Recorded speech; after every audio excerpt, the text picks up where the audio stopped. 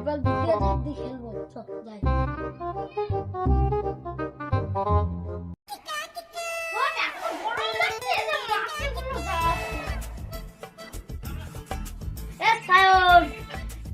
bat ball খেলবো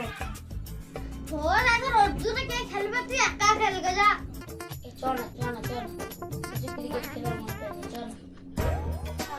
দুধে cheating করিস মেরে ফাটিয়ে দেবো ব্যাট বল নিয়ে চলে আসবো ঘরে